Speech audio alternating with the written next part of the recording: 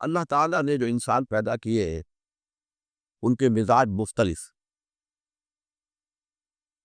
ان میں کچھ لوگ ہوتے ہیں جو قوی ہوتے ہیں ارادے کے، جو فیصلہ کر لیا ڈٹ کر. کچھ لوگوں میں وہ قوت ارادی اتنی مضبوط نہیں ہوتی، وہ ادھر ادھر سوچتے رہتے ہیں. کچھ لوگ جسمانی طور پر بہت توانا ہوتے ہیں، کچھ لوگ جسمانی طور پر پیدائشی طور پر کمزور ہوتے ہیں. تو اگر کوئی قوت ارادی کمزور رکھنے والا شخص ہے، وہ بھی تو اللہ کی تخلیق ہے، اللہ کا بندہ ہے. خطاؤں کا ظہور ہو جاتا، توبہ کرتا ہے، پھر کچھ عرصے کے بعد پھر خطا کا ظہور ہو جاتا، پھر توبہ کرتا.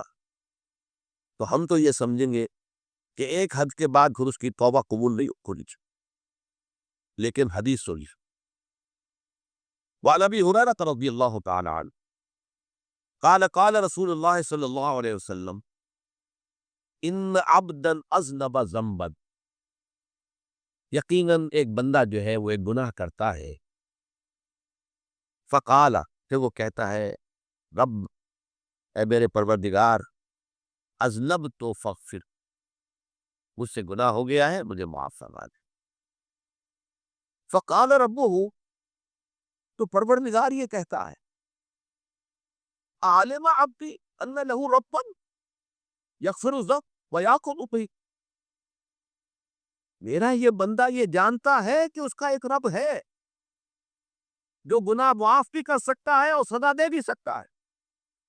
یا غانی ہوئے گناہ اس نے کیا ہے لیکن جانتا ہے اللہ کو کہ وہ معاف بھی فرما سکتا ہے، تبھی تو وہ اللہ سے معافی کی درخواست کر رہا ہے.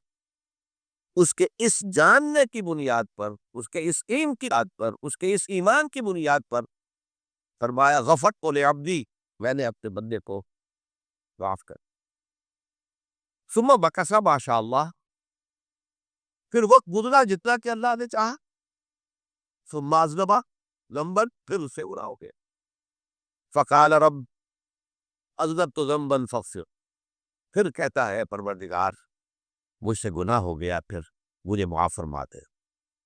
فقال ربہ، اللہ فرماتا ہے عالم عبدی ان لہ ربا یغفر الذنب ویأخذ به، میرا بندہ ہے نا جو جانتا ہے کہ اس کا ایک رب ہے، ایمان باللہ اس کے اندر ہے، تبھی تو پکار رہا ہے.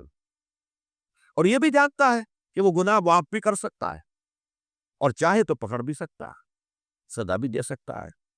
تو فرمایا، اللہ تعالیٰ فرماتے ہیں میں نے فرمایا تو میں نے معاف کر. ثم مکث ماشاء اللہ، پھر ایک عرصہ گزرا اس کے بعد. ثم اذنب ذنبا، پھر اس نے گناہ کیا. قال رب اذنبت ذنبا آخر، اس نے کہا پروردگار میں نے تو پھر ایک اور گناہ کر دیا، فاغفر لی، مجھے بخش لے. فقال اعلم عبدی ان لہ ربا یغفر الذنب ویأخذ به، میرا بندہ جانتا ہے نا کہ اس کا ایک رب ہے جسے وہ پکار رہا ہے، کہ وہ جانتا ہے کہ اسے اختیار حاصل ہے کہ چاہے تو بخش دے اور چاہے تو پکڑ دے. اس کے اس علم، اس ایمان کی بنیاد پر میں نے اسے معاف کر دیا. ایک اور حدیث، میں نے چونکہ اس گفتگو کے لیے ان احادیث کا تفحص کیا ہے، یہ تو بہت ہے حدیثیں، میں نے ان میں سے کچھ چنی ہے. ہمارے بعض وائز ناصح وہ بھی کسی شخص کو روکتے رہے، برائیوں سے روکتے رہے، نہیں رکتا، تو کہیں غصے میں آ کے اللہ تجھے کبھی معاف نہیں کرے. یہ کتنا بڑا جرم ہے، اس کا اندازہ کیجئے. اس حدیث تو میرے بندے کو میری رحمت سے مایوس کر رہے ہیں، کتنا بڑا جرم ہے، اس کا اندازہ کیجئے. یہ مسلم شریف کی روایت ہے عن جندب، حضرت جندب رضی اللہ تعالی عنہ سے، ان رسول اللہ صلی اللہ علیہ وسلم حدث، کہ اللہ کے رسول صلی اللہ علیہ وسلم نے واقعہ بیان کیا. ان رجلا قال، کہ شخص نے یہ کہا واللہ لا یغفر اللہ لفلان، کہ خدا کی قسم اللہ تعالیٰ فلاں شخص کو کبھی معاف نہیں کرے گا. وان اللہ تعالیٰ قال، اس پر اللہ تعالیٰ نے یہ فرمایا منزل رضیت اللہ علیہ، یہ کون ہے جو میرے اوپر حکومت کرنے والا آ گیا، جو میری طرف سے حکم لگا رہا کہ میں کبھی معاف نہیں کروں گا؟ منزل لذی، کون ہے وہ شخص، الذی یتعلی علیہ انی لا اغفر لفلان، کہ میں فلاں شخص کو کبھی معاف نہیں کروں گا، قد غفرت لفلان، اس کو تو میں نے معاف کر دیا، واحببت عملہ، اس شخص کے تمام اعمال میں نے ظاہر کر دیے کہ تم نے میرے بندے کو مایوس کیا۔ یہ ہے جرم کی کا۔ تو توبہ کی دعوت دیتے رہو، توبہ کے لیے لوگوں کو آبادہ کرتے رہو، توبہ جو ہے اس کے لیے ترغیب دیتے رہو، اللہ تعالیٰ معاف فرمانے والا۔ اب آخری حدیث سنا رہا ہوں، یہ تو بہت ہی عجیب حدیث ہے اور متفق علیہ، یہ بخاری اور مسلم دونوں گئے۔ حضرت ابو سعید الخدری رضی اللہ تعالی عنہ جو ہے اس کے راوی،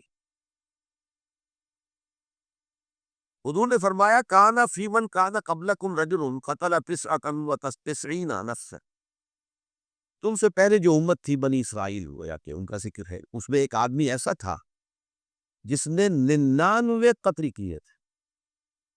اب آپ اندازہ کیجئے کتنا بڑا گناہ کبیرہ ہے قتل۔ قرآن مجید میں آتا ہے وَكَأَنَّمَا قَتَلَ النَّاسَ جَمِيعًا، اگر ایک انسان کو بھی ناحق قتل کر دیا گیا تو یہ ایسی ہے گویا کہ اس نے پوری نوع انسانی کو قتل کر، اس نے 99 قتل کی۔